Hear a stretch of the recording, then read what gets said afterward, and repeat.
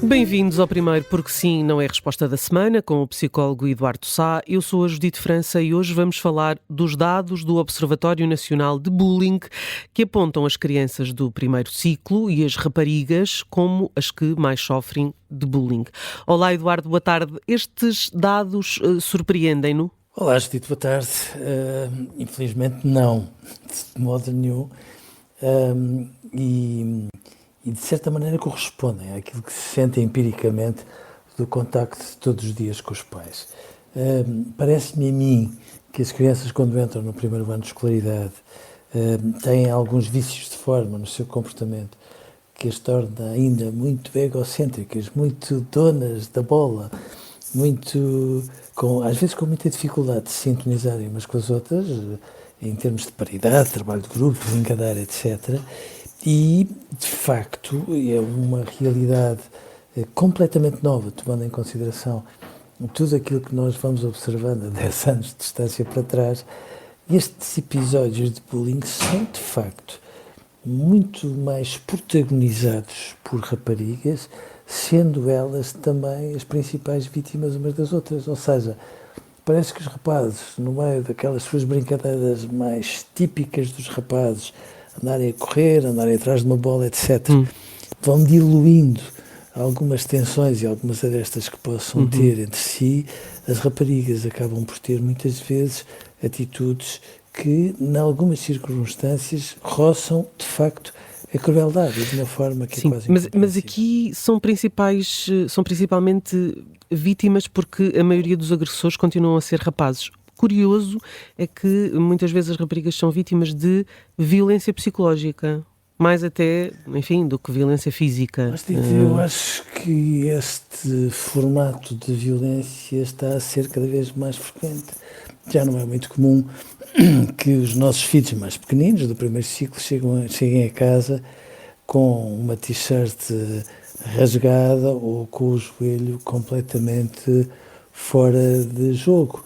Antes, pelo contrário, é muito comum que isto passe por fenómenos de exclusão dentro de um grupo ou atribuindo-lhes um conjunto de características que são depois motivo de chacota e que faz com que eles realmente vivam muito atormentados e às vezes de um momento para o outro alterem por completo o seu comportamento para surpresa dos pais.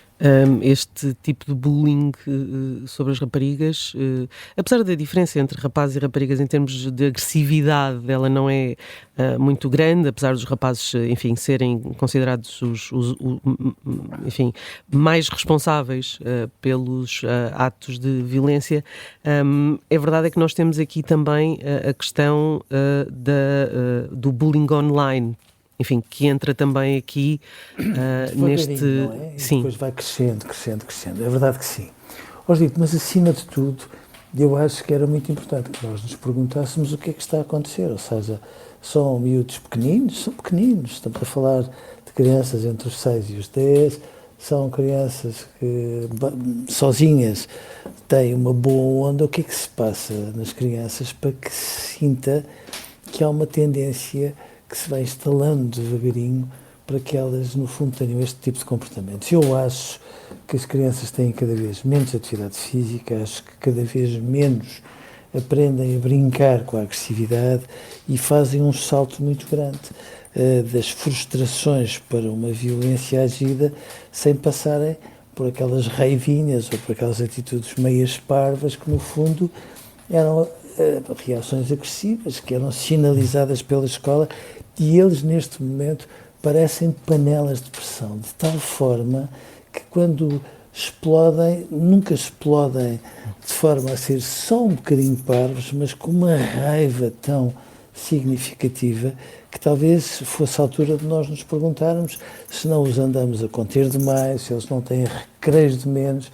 e se não brincam de menos com a sua agressividade a ponto de à primeira brincadeira que têm, irem dos 0 aos 100 em meia dúzia de segundos, para a surpresa de todos.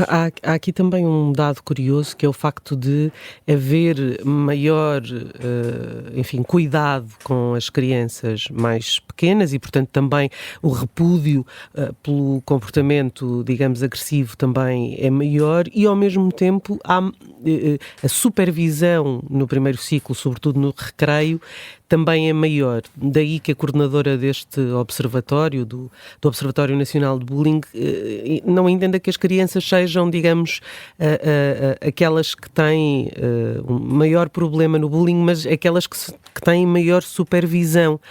Porque, de facto, a ideia que nós temos quando vemos notícias nos jornais ou quando andam a circular vídeos, é que estamos a falar de adolescentes envolvidos em episódios de bullying. É verdade que sim. E eu também acho que as escolas não podem ter funcionários que estejam em todo o lado ao mesmo tempo e obviamente que também não se trata deles, neste caso os alunos, os nossos filhos, estarem a ser monitorizados por não sei quantas câmaras, mas também não deixa de ser razoável que nos perguntemos o que é que se passa muitas vezes nos recreios. E nos recreios eles não têm, regra geral, supervisão. Aquilo que se diz em relação ao primeiro ciclo é de facto verdade.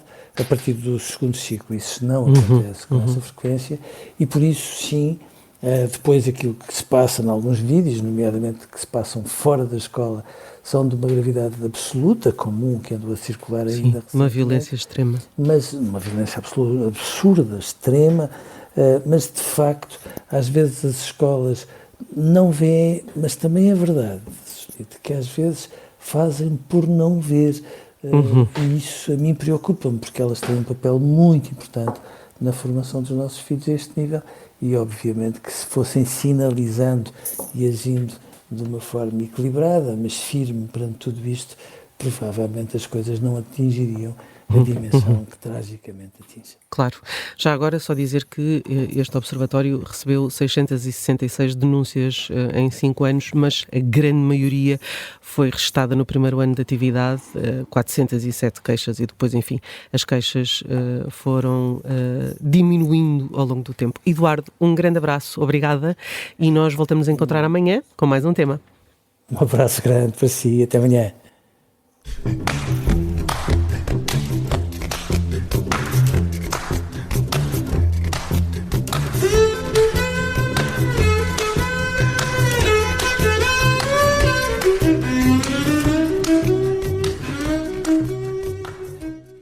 Se gostar deste podcast, pode seguir, dar 5 estrelas e comentar o episódio na Apple Podcasts ou no Spotify.